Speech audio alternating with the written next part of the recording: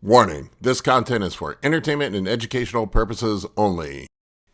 All right, next question here is from Dave L. from the School Anabolic Bodybuilding Members Community. Dave says, does taking growth hormone suppress natural GH production?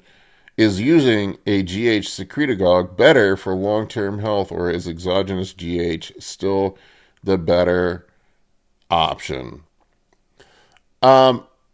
There's no evidence that GH use has a long-term suppression on the pituitary, like you get with testosterone. GH is pulsatile, whereas testosterone production is static.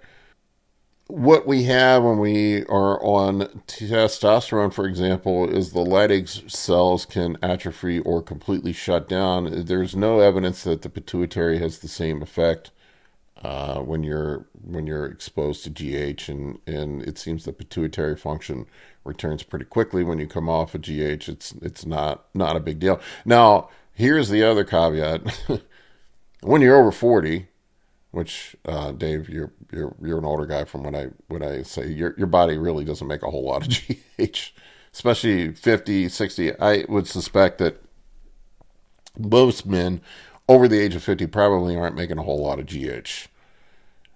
In my instance, and I would say that I think personally, you look at guys like Sylvester Stallone that's clearly using some growth hormone and reaping the benefits of it. I think if you're a dude that's over 50 in reasonably good health, it probably makes sense to just have growth hormone on deck year round.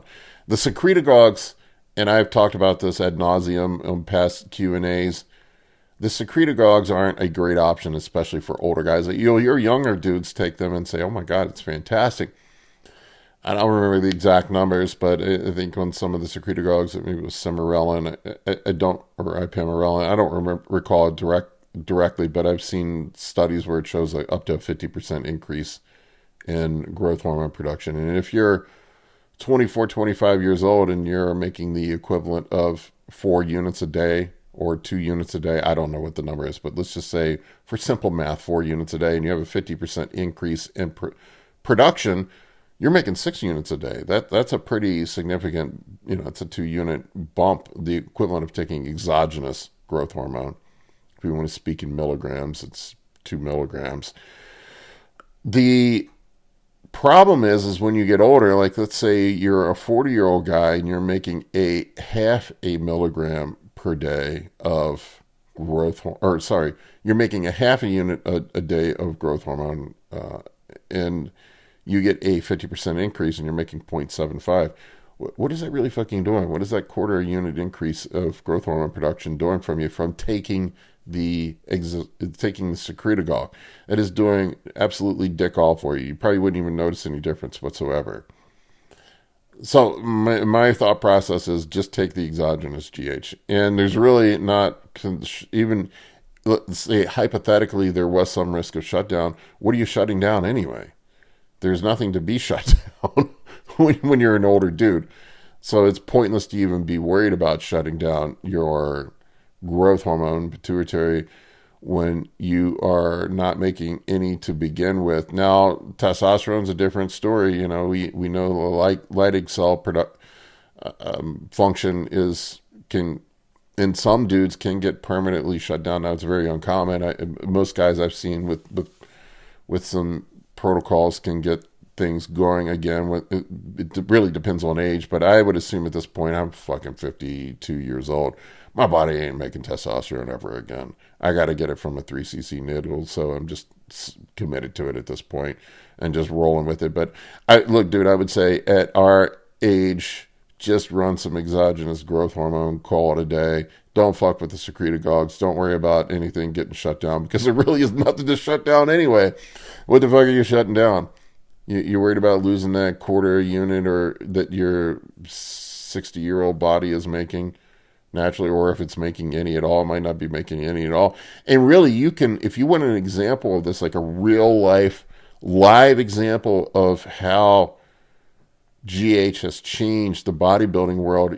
Before affordable exogenous human growth hormone, there weren't that many competent masters bodybuilders, competitors. Think about it. You know, even 10, 15 years ago, how many really good 50-year-old bodybuilders were there? Albert Beckles, you know, some weird outliers, some dudes with some fucking freak ass genetics, but there weren't. You know, when I won my fucking pro card, there were 50 dudes in the over 50 class, and some big ass motherfuckers too. Guys that beat, you know, regular guys at shows, you know, guys that are winning overalls at shows at 50 years old. That ain't happening 15 years ago before growth hormone. That's what changed. Guys started taking fucking growth hormone, and then and then boom, that was the area where guys were deficient. That's the cheap access to affordable human growth hormone has transformed the ability for an older man to still look like a young dude. It's the fountain of youth for a lot of guys.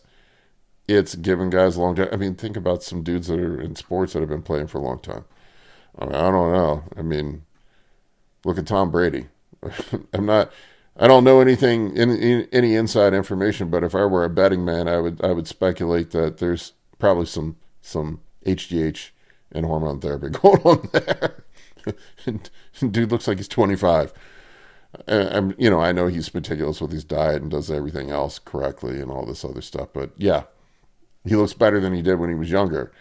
So just consider that.